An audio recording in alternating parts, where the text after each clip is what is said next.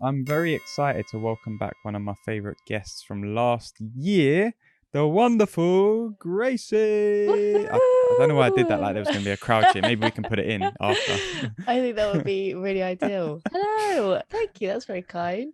I had How? a I had a great chat with you last time. Yeah, it was amazing. It was like, and I'm actually more excited that can invite you back as a friend more than just like a random guest this time, which is quite cool. Yeah, Um, it's sick. it Little feels voice notes occasionally to one another on Instagram. Yeah, exactly. It's cool. Here It's there. cool. Yeah. How have you So been? I've been really good actually. It's been as you know, a bit of a wild year. So I think Yeah. when we recorded last year, it was about June, early June, right? So it was kind of Yeah. just the start of everything wild. hmm Um, so yeah, I guess there's been a lot going on, hasn't there? Yeah. Well, I feel like in June we were like, it's the end, like everything's gonna be great. And Yeah, then we went into another two lockdowns, and they were just like each one took a little bit more of me, a yeah, little bit more. yeah. So I guess the best place to start really is like we've kind of joked about this in our voice notes and stuff, but you like I feel like you've really been like the pandemic pop star, like the pandemic pop star. Like I what's that didn't been know like? about the capital V, but I No, it's definitely all have capitals. It's all capitals. all caps. I've definitely, yeah, I feel like this, like entering the pandemic and leaving it, I feel like a completely different human being. So I think a lot of people do feel like that, but in terms of like music and like artistically and just the things that have happened in this lockdown have been pretty wild. So just have to bop along, like go with the flow, I guess. Yeah. But And yeah. what's that journey been like then? Because you kind of really, when we connected last year, you were kind of just really starting to bubble up, right? As an artist. Then obviously through the year, you've had like hit after hit after hit, and you've really Yeah. like I feel cemented yourself as like a recognizable and credible artist. Not You're not just like going to be some one hit wonder. You've got gravitas behind you. So what's that journey been like for you, like just growing through such a strange time as an artist? Oh, thank you so much. That's really kind. I think I don't know, to be fair. It's been hard because I think all of my peers as well, it's been really nice to kind of chat to them and kind of go through it together, because I think a lot of my friends who are also artists have felt the same way, where you can't help but think like, what if I could tour? What if Mhm. I did do that support? Or like, what if I, you know, could have more interaction with people that are actually listening to my music, to like see where my music could have gone. But I think, there's no point in living in the what if. You have to just like live in the now. And I've had a blast like growing and exploring different things and collabing with different artists. And I think as well, like I put out like a mini album towards the end of last year called The Art of Closure. And that was like a really nice roundup of like what I thought was the lockdown. Then we went into another one. But we'll get into that on the next EP. But yeah, I think it's been really exciting to kind of grow in it during this time. And it feels like it's not wasted it too much, I think. Mm. But yeah, no, I'm super excited to kind of get the chance and opportunity to grow in like a normal way as an artist now, with everything opening up and things kind of going back to normal with the vaccine coming through. So yeah, I'm Mm. just excited, to be fair. Awesome. And that, like you're saying with the EP, and then like semi joke that in the next EP you'll get into like the kind of what happened after you thought the pandemic was coming to an end. But is that how Mhm. you kind of treat your music? Do you treat it like a space where it becomes like a documentation of your journey? Because I know like when I make these podcast episodes and when I coach and when I write, I'm more documenting like what's going on for me, as well as like the things that I'm growing and learning in that period, as well as like sharing that for other people so they can see that maybe they're in the same position and they're not alone with that, or that they can seek some inspiration in it, or whatever it may be. Do you take a very similar approach to like writing? 100%. I think I think in the period of like 2019 when I first started as an artist, I went through, I think spoke about it last time, but I lost my voice. And Mm, I'd always known that music was really important for me, and had been in my whole life, like getting me through situations. But I think in that period, it really made me appreciate it to a point where like, I just felt so depressed without being able to do it, and being able to, it gave me like a purpose, and it gave me something to like uh, I don't know, validate my feelings and give me some place to put them. So I've definitely since then like used writing and used my EPs and singles as a way to completely vent out my emotions. And yeah, with this EP that's coming out soon, is that's exactly what I've done. It's exactly what I did with the Art of Closure. But I definitely at the beginning of this year started thinking I was going to do like a upbeat, happy kind of dance inspired 2021, and it drastically changed just through the songs I ended up writing, through the experiences like I went through this year. So yeah, it definitely feels like a diary. So I'm a little bit petrified to put it out, to be honest. It's a bit scary, but I think that's part of being an artist, and you just have yeah, to be brave and just put it out, and just show the world how you see it. Do you know what I yeah, mean? totally. And I think the experimentation is like really key, isn't it? Like you're saying, like you thought it was going to be one type of sounding EP, which is probably more in line with previous music, right? But by the sounds of it, Mm. it's slightly different to that. And I think as an artist, and I'm speaking this obviously not from personal experience, but from experience of having spent a lot of time around artists in the past. Mm. It's very easy to fall in line, isn't it, with the previous music you've made. Like, okay, well, I've made this type of music, and people liked it, which means I should probably keep making this type of music. Whereas it Yeah, sounds like you've exactly. sort of like tangent stuff, like in a way. Yeah, well, I think it's weird because Don't Need Love, even though it is like a dance song, it definitely felt very much like a me song, because like you strip it back and it's the exact same as like a song off my first EP. Or and I think that's why it feels so special to me. But no, I mean, I released a song called Got You Covered, which was, I'd written a bunch of songs to follow up. And for me, like I was a songwriter before I became an artist, and the reason I became an artist is to speak how I'm feeling, and to release songs that I wouldn't want anyone else to put out. And I got to a point where I was excited about these songs, but they weren't truly representing how I was feeling in myself at the time. And the songs that I've decided to go with are definitely a bit more of a stab in the dark. Like I doubt they're gonna do, the same as like a Don't Need Love. But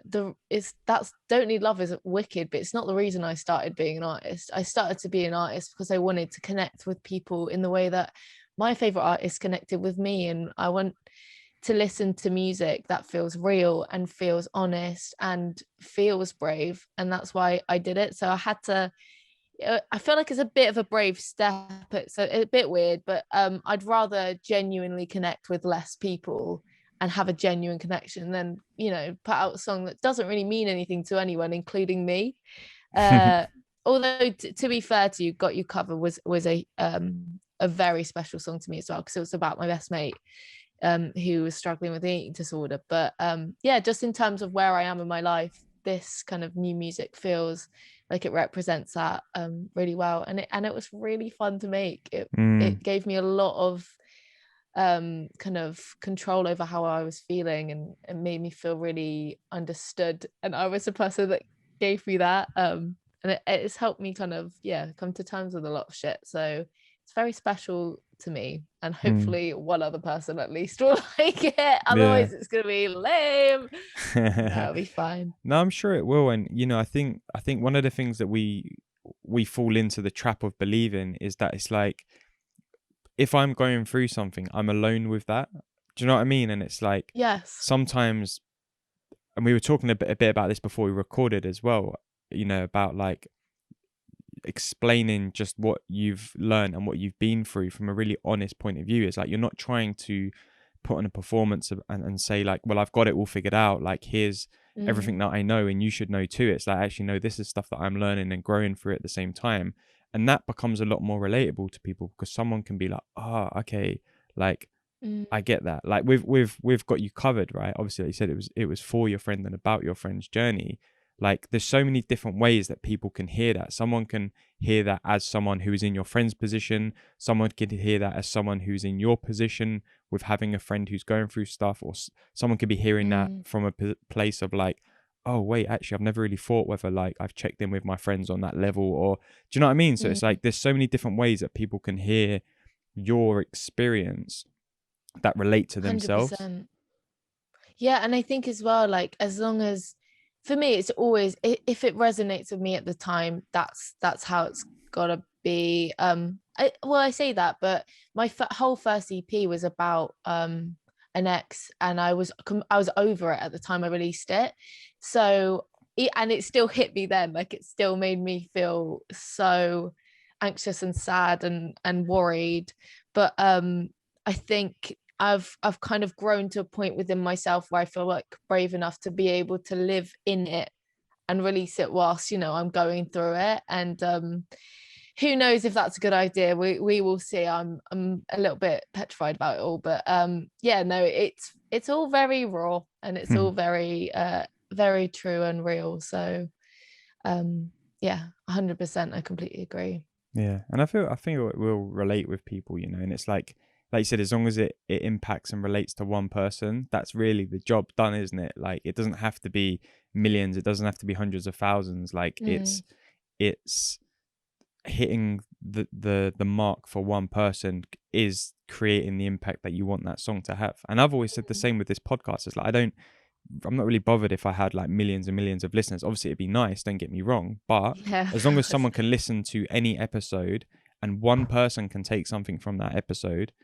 that's the job done for me. That's the reason I create these episodes. It's the yeah. reason I sit down with people like yourself and have these conversations, is someone could listen to that and be like, oh, okay, I feel really inspired to make a change in my own life, or that I can really relate to that, Yeah, 100%. Yeah, you've got to I think before you start anything, you've got to realize what you're doing it for. And I'm glad that I have a team and like friends around me that are just like, help me focus on what I actually want to do. And the reason that I've started to be an artist, and that what actually fulfills you as a person, it changes. Like for some people, you know, getting a number one in the charts is the goal, and that is the thing. And I think music is awesome because it all serves different purposes. Like, not every song is a song that you need to connect with on a really deep level. Some songs just help, it's escapism. It helps you get out of your head. It helps you kind of, remember a time when you went fucking traveling around the world, or like, I don't know. It's all different. But for me at the moment in my life, that's where I'm at. And I think, yeah, just kind of going with the flow a little bit. Love that. So talk to me about Got You Covered, right? Because like you said, you wrote it about your friend. How did you write the song and then be like, oh, by the way, like I've written this song like about you? Or was it something that you kind of just talked to your friend about? Like how did it come about for you? So my friend, I've known her since I was like 17, and I think all of my mates are like, oh, write a song about me, and I'm just like, yeah. I think just as soon as you start writing songs, that is the first thing anyone will ever say to you. But no, I think I hadn't seen her in ages over the pandemic because she lived so far from me, and she's just been really struggling, and there's only so much you can do over like a FaceTime call. And obviously I know how it hurts, like she's just in a lot of pain. And I think I've like such a strong connection with my mates that when one of them's going through something, like I will be that friend that's like, who do we hate, why do we hate them, I understand. Oh, we love them, oh, I love them. Like I would just, whatever my friends need, I've got them. So yeah, I basically just wrote it as a weird way to be to kind of just show her how much I care, because I think she definitely struggles with understanding that people love her. Mm. And especially post breakup, I think everyone goes through that a little bit. And yeah, no, she loved it. I didn't expect it to be like a single, but then Bill and Ted, the boys, kind of came through and like added their little twist with it, and gave it a little garagey 1, 2, 3. So it ended up turning out really cool. And we were like, right, let's go with it. Like, this feels like a really cool energy to kind of go into spring with. Yeah. And it felt really good. It was a really nice way to kind of kick off the year, I think. Yeah, yeah, and I love the like response to it online and stuff, and like with other DJs who were playing it, they were like, "Oh my god, like we need to talk to Gracey," because it's like, people write songs about people all the time, right? But when it I guess because it happened in such a way where it's like you haven't been able to spend time with your friend, and you haven't been able, do you know what I mean? There's been so many different Yeah. factors in how that song came about, and it just felt like it really hit like a nail on the head for a lot of people with like, oh wow, like it in your case it's like you're able to, you're privileged that you can write a song about your friend and other people can enjoy that song and relate to it, right? But for someone else it might just be something really small. It might just be like, oh, maybe I can send them a nice letter, or like I can send them a gift, or I can, whatever it is. And I think that's what's really nice about it, is it's Yeah, 100. You don't need to. By no means does anyone need to write a song to show that they care about their mates. I think that's the reason I wanted to put it out, though. It's like, check on your mates, check on the people that you think are fine, because 9 times out of 10 they're the ones. Like my friend, if you met her, you would never think she's gone through the shit she's gone through. There's no way. And I think that about all of the people in my life that are the loudest and the boldest. And it's like this way of kind of trying to combat your feelings. And I mm, know I do it all the time. I think I like, my brother always says to me, like, oh, Grace, if you went on your social media, you'd be like, oh, she's fine. Like, she's literally living the dream. And it's like, just not the case. It's just not the case in anyone's world, I don't think. It's my the internet's a lie theory. Yeah, it's just, you've got to check in with people, because it's a lonely old world these days. mm. And what's some of the ways excuse me, what's some of the ways that you then check in with your friends? Like what do you do to go about that? Because I know a lot of people think about doing it, right? But it always feels a little bit awkward sometimes to actually try and start a conversation like that. So how do you approach those with Mm. your friends? Well, I think I'm lucky because well, I to be honest, it's a conversation I think about, like guy and girl friendship. I think you could probably give more insight into that. But like for me, with my girl mates and my guy mates, but like it's a lot easier to literally just like FaceTime them, hair in a bun, no makeup, la la la. How you doing, babes? You good? Little voice note here and there. Um, just like whenever they pop into your brain, like, have you ever had a message from someone like out of the blue and you're just like, oh my God, that's really made my day? Mm. The smallest little things. If they pop into your brain, even though I'm awful on my phone and I will procrastinate so much and be like, I'll reply to that later. Just literally reply like couple of love hearts, couple of love you, just thought about you. Like I was walking through the park yesterday, and I just saw like someone was playing a song that me and my mate loved, and I was just like, just heard this song, haven't heard it in ages, hope you're all right. Job done. Job Mm-hmm. done. Does the job. But yeah, do you think like it's different for guys? Because I know, like, I always say this to like my dad or my brothers, and they're like, yeah, I just think it'd be a bit weird if I did that. I don't know if it's a different kind of dynamic. Yeah, I mean, it is. I mean, it's very dependent on the guy, of course, but I think generally speaking, I would feel quite comfortable in saying that it is a little bit different with guys, because there's a lot less vulnerability and like emotion on show when it comes to guys. And I'm very fortunate that I have created a space for myself within myself where I'm fairly Mm. comfortable about talking about anything, right? And I like to think that, you know, people who listen to this podcast, people who see my stuff on Instagram, people who work with me as a coach, like they know that I'm a very open book when you do talk to me. Like I'm not always probably as open as I can be when it comes to like my friends and my family and my girlfriend and stuff. But I generally I'm fairly an open book. Like if I'm feeling something, I'll talk about it. If I'm in a certain place, I'll try and bring it up or talk about it.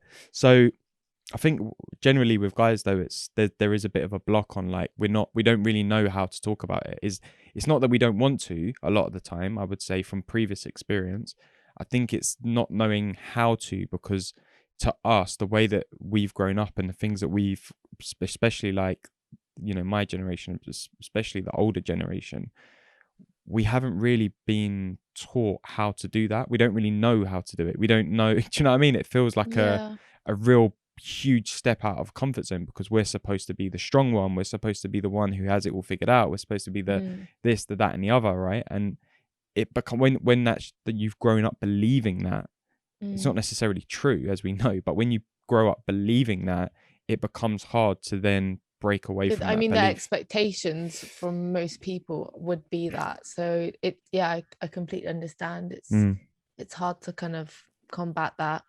Do you think there's anything people can do to kind of better that, like make it easier for guys to kind of share how they feel? I mean, obviously it's a sweeping statement. Hmm. Like I know a lot of guys that are perfectly happy to show me how they feel, but no, I think about it a lot because I've grown up with two brothers, and I know Hmm. that like the dynamic between their mates and my mates are quite different, and it's quite interesting, I think.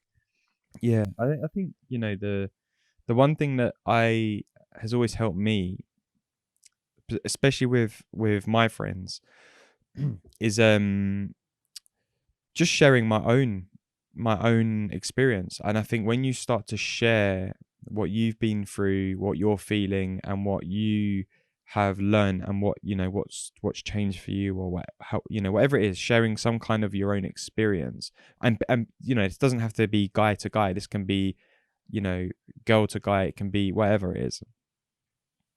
I think something happens where the other person becomes more comfortable also sharing, because if they can relate to the fact that you're being open, you know, Mm. you're creating a space, aren't you? It's like you hear it all the time, like, oh, create a safe space for people to talk. That's all it is.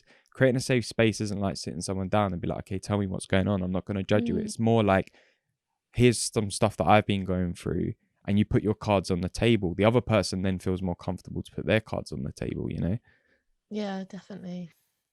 Yeah, you've got to be open these days, otherwise you're struggling in silence, and I think that is the biggest danger nowadays, people trying to pretend they're fine when they're not. Mm. And it's something I've been really trying to unlearn, Hmm. because it's just like a natural, I think, when you're, especially when you're like trying to be this like elevated version of yourself, and which I think not just artists, not just like being a singer, every single person now has to do because of social media. And I look at like TikTok, and I look at people going viral who literally have never uploaded a video in their life, and they've suddenly got like 10 million views. That you have to then become this version of yourself that is just so alien. And I mean, that's a whole nother conversation about the internet, but like it's quite intense. It's a very intense sort of society we've set up for ourselves. Yeah, it is, and I totally get that, and I think, you know, I reached out to you when it was a few weeks ago now, wasn't it, when you put up a post about body image, and you shared like pictures of yourself, and you know, the gist of the post was about, you know, I'm tired of, you know, hating aspects of myself. Like I want to just fully love myself for, as, you know, what I look like. It doesn't matter like stretch marks and this and curves or whatever. And it's like, you know, I voice noted you, and as soon as I saw it, and I was like, I'm so proud of you for making that post, because not only are you in a position where people look to you like you are some sort of finished, you know, article, and like, you know, perfect specimen of a being, because you're an artist, right? But because you're doing that work for yourself personally. So what kind of shifted for you to kind of, you know, obviously it's something you've been going through personally behind the scenes and, you know, probably talking to your friends and stuff about, but what shifted for you to feel comfortable enough to break that mold of like what people see online versus what's actually going on behind the scenes? I think like the last couple of years for me has been like quite a big journey of like I've gone through periods where I've like actually like really hated myself. And I think a lot of people have that, but for me it was quite an intense period. I don't really know how to talk about it, to be honest, because it's a really tricky one to go around because I've never really spoken about it. But there was a period of time where I was just getting absolutely attacked on the internet. And I was getting like death threats, and I was Oh, getting really? like there's only so sorry, I'm getting upset. There's only so many times you can be called like fat and ugly and not good enough before you, as a new artist, as someone that like I've never been exposed to that side of kind of public facing opinion. And I just really like, I've always been a confident person, and it really knocked me. Sorry. It really got me in a way that I never thought it would. And it ruined so many aspects of my life. Hating myself that much, it ruined like my relationship with my friends at times. I think it made me so nervous to be honest about how I was feeling, and that's the whole reason I wanted to be an artist. It put a strain on my relationships. It just, yeah, it was just a big mess. And I think from that and bear in mind this was all around the time I lost my voice as well, so it was just like I had felt like I had no purpose. It was a really dark time. But on the internet I was fine, and no one would have known. No one would have known unless you were really close to me in my life. And what's hard is that I don't think it's really anyone's fault. Like, I don't really blame the people that were giving me that kind of shit, because I think, you know, hurt people. And I think it's such an easy environment to think that I'm not going to see it and think it's not going to affect me, because I decide to put out this image that I'm okay and that nothing can get to me. So I think the reason I decided to put that post up was because over the last, 4 or 5 months of this year, I've just been really, I had a big shock, and I needed to figure out a way to love myself again. And it's a long fucking journey. But it was really just dissolving my life, like hating myself that much. And obviously I say I hate myself, like at times, like everyone. I think it's so I wouldn't put myself into like a box of like, this is who I am, I'm only a sad girl, I'm only this, or I'm only a happy bright person. Like, I'm both. And I have days where I think I'm fucking awesome, and I have days where I think I'm the fucking worst. Sorry, I'm swearing so much. Okay. But yeah, no, I think it was around like my birthday. I just decided, like, I looked in the mirror and I was just like, I'm so tired of caring about what people say about me, what people their opinion of me, because I'm proud of myself, and I love the body that I have, and like I love, I'm healthy, touch wood, and I just so I'm a bit all over the place. I just felt like I really needed to go in that self-love journey, and I started really doing things for me as opposed to doing things for like outward approval. And it's been a really hard, weird, long journey, but I feel more myself than I've ever felt. And yeah, I think that's the main thing. And I think that's where I kind of wanted to be a bit more honest in that post, and in my music. I think my music's definitely the place where I'm the most honest. But Yeah, I don't want people to think that my Instagram is like a complete lie. Like that is definitely a side of my personality, but it's just hard to kind of to always be up, I think. So yeah, just trying to have those honest conversations. Yeah, and I think, first of all, it's very sorry to hear that you were going through that with comments and stuff online. Like, no one should be subject to that, regardless of what you do or who you are. Like, it's not something that anyone should be subject to. And I think that's an unfortunate side of social media, is which is quite a relevant conversation right now with what's happened with the England players and everything.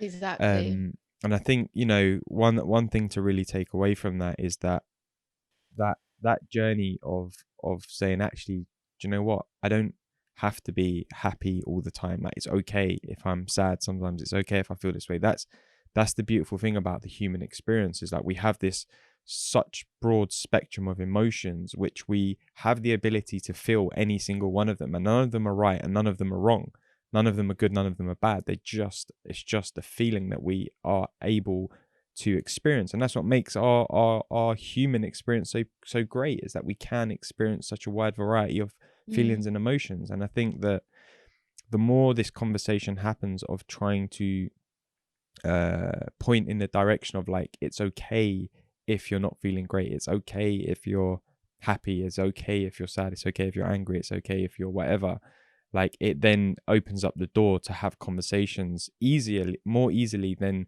you would on the days when you're not feeling great, because they're the days where you close yourself off and you get very, very internal, and you get very in your own head, right? Because I've been there as well. I always have days like that. Like, I'm not gonna sit here like I'm on a perch and say that I've completed life and I figured it out, because I haven't. And I think that's the beautiful thing, is like understanding yourself and being comfortable with that sets you a lot further on the journey of, like, whatever figuring it out means, right? Yeah, and I think you've got to feel things. I think that's the main things. Like, you can't keep pushing shit down because it bubbles up in a really ugly way. And I think that's what I was doing, and I just felt like I got to a point this year where I was like, I can't keep pretending that this is not how I feel and that it's not absolutely destroyed my fucking confidence. Like, you can pretend to be confident, but like, it comes out in ways you just can't, you don't recognize in yourself. And I think when I started feeling like that, and I started feeling so like unrecognizable to my family and friends, like, that's when I was like, right, I just need to take this time to really learn who I am and learn about myself and go on that journey, and be, feel angry and upset about those things that were said to me, um and get to a point where I'm genuinely a confident person, as opposed to just pretending to be. And it's a long journey, but I'm so much more like, if someone said that to me now, I've restricted the account, I wouldn't even open it, I do not even read them anymore. But there was a period of time where I was like actively trying to hurt myself. I was like actively like reading through my requests, just like, it was like getting bloody kicked in the neck every time you go into the internet. But I have a song coming out about this whole period of my life. It's supposed to be called Fuck the Internet, but I've been told by my label I'm not allowed to call it that. So it's not called, but it's just called The Internet. But I think it's literally got a voice note of me crying in it. Yeah. So it's gonna be so much fun for everyone. It's gonna be a real laugh. But Yeah. no, but it's honest and it's real, and I'm really proud of it. So Yeah, and rightly so, because like we were saying before, like that song will probably resonate with a lot of people who probably wouldn't admit otherwise, right? And it doesn't mean you have to be someone in the spotlight to be someone who receives, some form of abuse online, because it's quite a big thing in schools, like online abuse and bullying and what have And you. So like I said, like on TikTok now, I honestly, anyone can go viral, and this is what scares me, is because I know how much it fucked my life up. And I see TikTok and I'm like, that's great, but come on, there's such young kids on there, and I'm seeing random user 1 2 3 4 5 6 7 8 commenting shit about how they look. Like, why is this allowed? This should not be, this is not okay. It just riles me up, because these people are, you know, going around hurting people like this, that, and the other. I don't know why. I don't know if it makes them feel better. I don't know if it's gossipy and it's fun, but they don't realize how much that can affect the wrong person. Not everyone. Some people are a lot stronger than others, and I absolutely take my hat off to them, and I'm so inspired to be that. But a lot of us little Pisces, Jesus, we can't deal with it. We can't deal with it. It's hard. It's And what then do you think needs to be done on a big scale? Because I've got like some of my own ideas, but I'd love to hear what you think. Like, from especially from the position that you've been in as someone who has a following, who is in the spotlight, you know, who has received this, you know, form of abuse, which, like you said, destroyed your confidence. Like, what do you feel needs to be done in order to prevent it? Not prevent it, but maybe like filter it out, or like make it so that it's not so accessible for people to be able to do it? Because like we said earlier, no one should be subject to that. It's such a hard one. I actually shared a petition the other day, which was discussing making it like a necessity to have your ID. But even with that, like, you know, there comes problems. There comes, you know, I know a lot of young LGBT people use it as a way to explore their sexuality as a young person, and like to have, you know, their parents' ID attached to certain things might make it more difficult for that. And obviously that's an issue. And then having you know, people, anyone in a vulnerable position, like, it makes it more difficult. So that's a really tricky side of it. I do think it needs to be debated at a serious on a serious level now. It's now, when people are getting racist and homophobic comments, like, that's, you know, obviously it's awful having your confidence destroyed in the way that I have, but if it's racist and homophobic, it's actually, that's where we need to draw the line. It should be illegal. But it's illegal. We cannot, as a society, allow this to keep happening. It's absolutely disgusting. So that's where I stand on it. I think it needs to be it just needs to be discussed properly, and we need to find solutions to these problems and make it work for everyone, because otherwise it's not a successful solution. So yeah, I think that, in my opinion, is the one which we should kind of think about moving forward with, and think about ways to make it work for everyone. But you know, it's a really tricky situation. And I guess my main thing would be just to try and spread the idea of being kind to one another a bit more. I don't know why people have to be so mean to one another on the internet and in real life, but I think spread kindness and spread love, because all that does is make you feel better. Like, that you do not feel, no one can tell me they feel better after telling someone they look fucking, they're worthless, or they look like shit, or they're like, you know, gonna die. No one feels better. Come on. Come on. Like, I just don't think it's the way forward.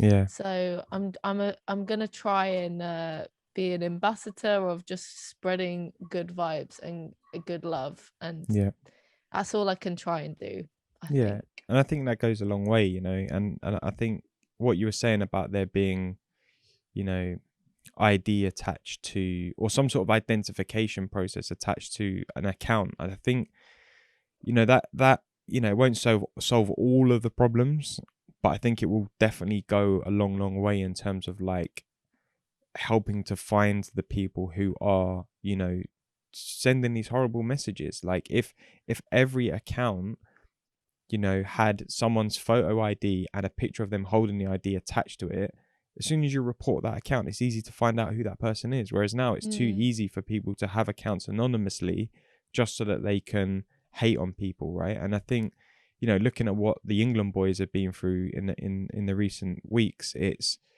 it's horrible to see. Like, no one should be subject to that at all. Like, it shouldn't be so easy for someone to abuse another person online, because like you said, it should, if it's racial or it's homophobic, it should be illegal. It shouldn't be allowed. There should be punishment for that, because it's not If it on. was said in real life, like realistically, we're in a world where we spend more time on the internet socializing than in real life, especially over the last year. So why are we treating the internet so differently? That's where we're spending all of our time. Why is it different to say something like a racist insult to someone and that not be punished in the same way it would be if I was in a workplace? Like, these people it has to stop. And people, if people are held accountable for these actions, if you want to say it, and fine, you will be held accountable for that. It's the people that are just saying it and running away, hiding behind their keyboards. That's why I have a real issue with it, because it's like, you do not know what you are doing, and it's absolutely unacceptable. Yeah. And it just needs to change. I don't know how. We need to have a discussion about it. The government need to take it seriously, because it's where we're spending our time, and it's where a lot of, especially young people, it's where they're kind of growing up. So let's make it a good, happy, kind, positive space. Yeah, exactly. And I think as Important. well, it's the platforms themselves have to play a more of an active role, because if I posted a video with your music on without your permission, they'd shut that down as quick as anything, right? But when it comes to like stuff that's actually going to hurt people, that doesn't involve people making money, they're so much slower. But that being said, I don't think that that's going to solve the solution. It's not going to create a solution, because at the end of the day, it's not going to hide the fact that it still happens and people still think and act in that way. I think there needs to be education from the top down. It needs to start in schools at a young age. People need to be educated about, diversity and inclusivity. Is that the right word? You know what I mean? It's like there needs to be conversations about it from an early age, so people are growing up in a space where they don't harbor such feelings towards someone who's a bit different to them because of the way they look, or because of the way that they are sexually, or their nationality, like whatever it is. There should be an education around it, and that will go There as needs far. to be 100%. There needs to be. I think it's all baby steps, and I think as we go on, we're all like, even the generation at the minute, like I just feel like they're a lot more forward thinking than past generations have been. But obviously there's so much further we need to go. How are we in 2021 and this is still the case? Like, it just makes me feel sick. So yeah, all we can do is just be good allies, and I just want it to change. It's just makes me feel a bit sick, to be honest. And I've experienced like about 1% of what I can imagine those football boys experience, and it absolutely fucked me up. So I'm totally here in order to change, and I don't know how, but where do I sign? I'm here to sign. Where do I sign? I hear that. So on the flip side of that, then what like you mentioned that that those comments and stuff sparked your journey with like your relationship with yourself and how you feel about yourself, and feeling confident in yourself. Like what's some of the stuff that you've done that kind of helped you on that journey? Because I'm very aware there's probably people listening who are maybe not in the exact same situation as you were in, but also in a place where they might feel like they don't have that confidence in themselves, they don't like the way they look. What helped you on that journey? I think staying in the present, like don't think too much about what's going to happen. Don't think about everything that's happened in the past is the past for a reason. Like, you have to wake up each day and think, what do I want to do in this moment? What will I benefit? What will make me feel good about myself? And I think like getting outside is really good. Reading is really good. Learning is really good. Like, even if it's just like jumping on Duolingo to learn like 5 minutes of Spanish each day, like it genuinely boosts your mood in such a nice way.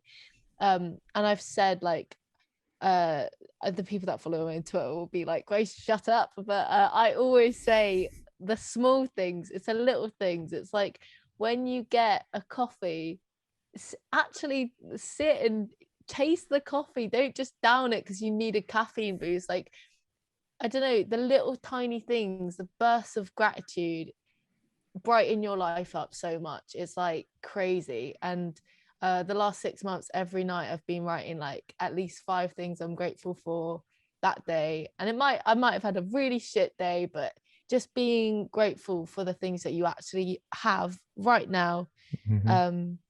I actually took a course in, you would love this if you haven't done it already, but I took a course in the science of well-being. Okay.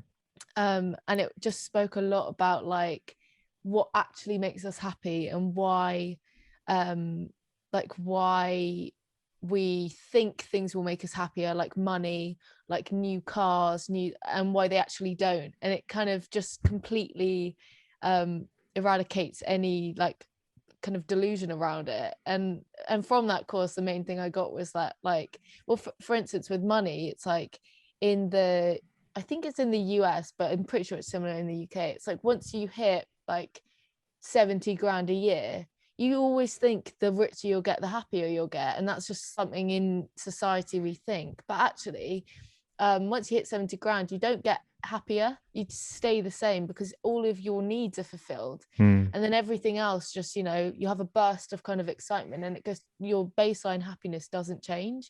I thought that was really interesting because I think that we always think these things are good. We always think the grass is always greener. We think things are going to make us happier, that they're not. They actually won't.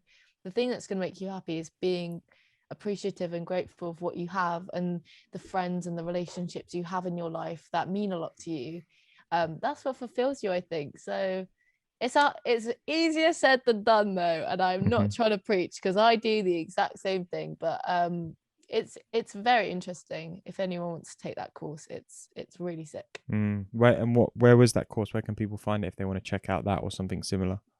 It's just like an online, I think it's online Yale course. And it's like a 6-week I think it's 10 weeks. Oh dear.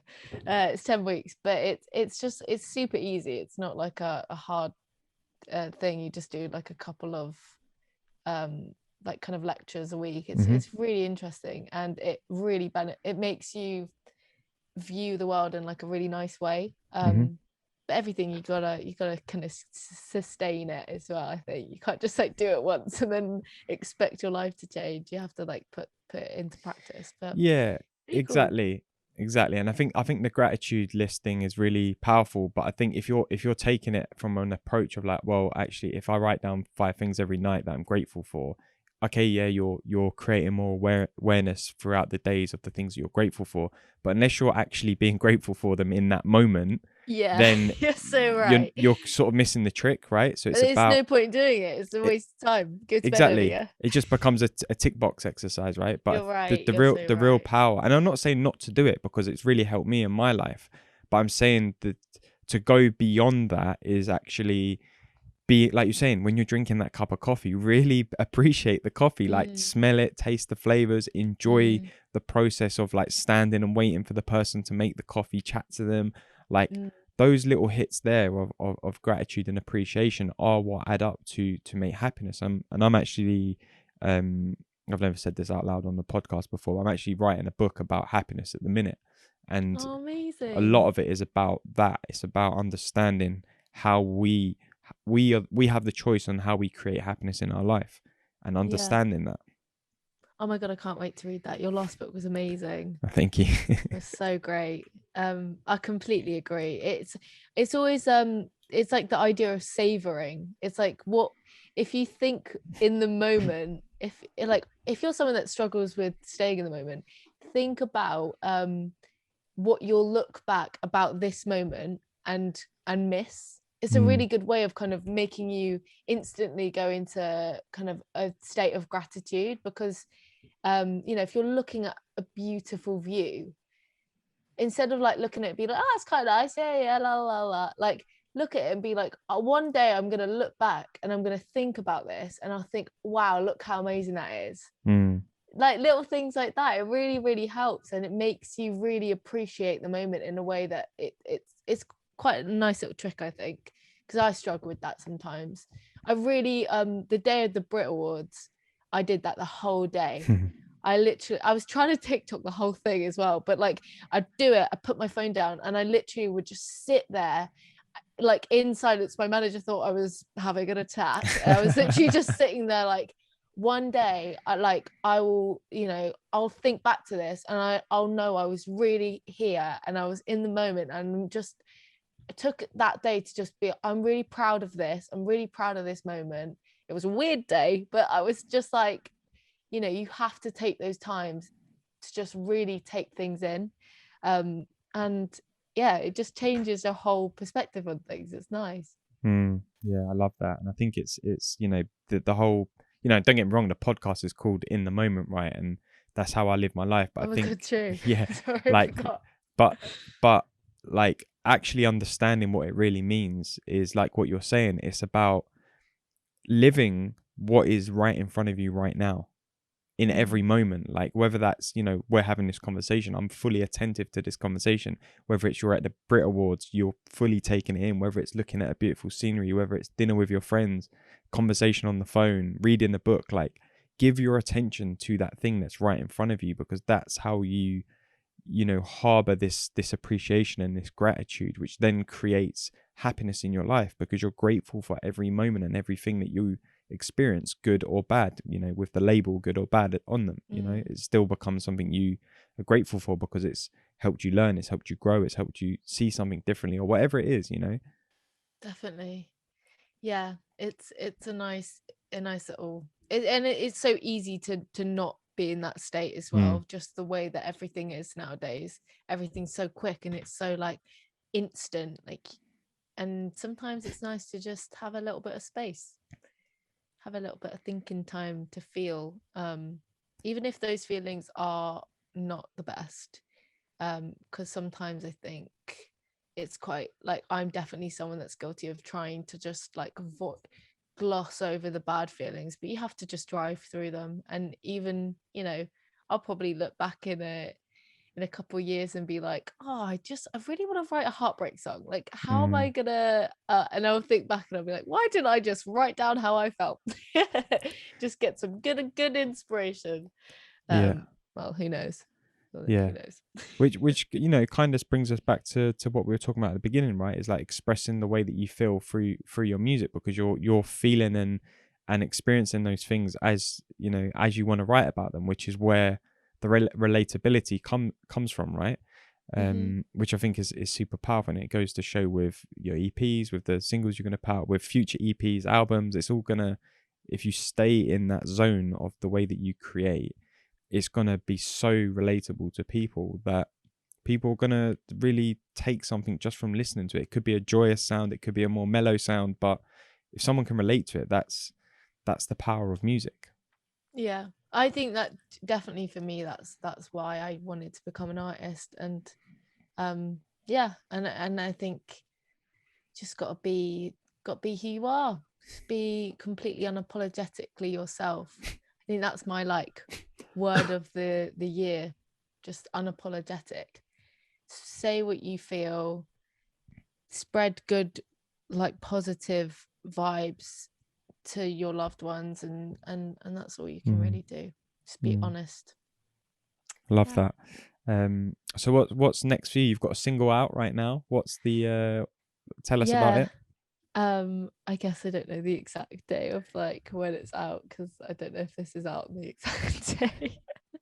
But it's a song called What a Waste. It's about like that first kind of instant, once you've kind of ended a relationship, you just have this sense of like, oh, that was a waste of time, like it didn't even end that way, like all of that. And obviously that's not the case. Like I would never say that any relationship I've had is a waste, but I think at that time that's how you feel. Like that's definitely an emotion that comes into play Hmm. in everyone who's ended a relationship or had their heart broken. So yeah, it's about that. And like I said, I'm a little bit petrified to put out, have it in the world, because it's super honest, and it's how I was feeling at that particular period in my life.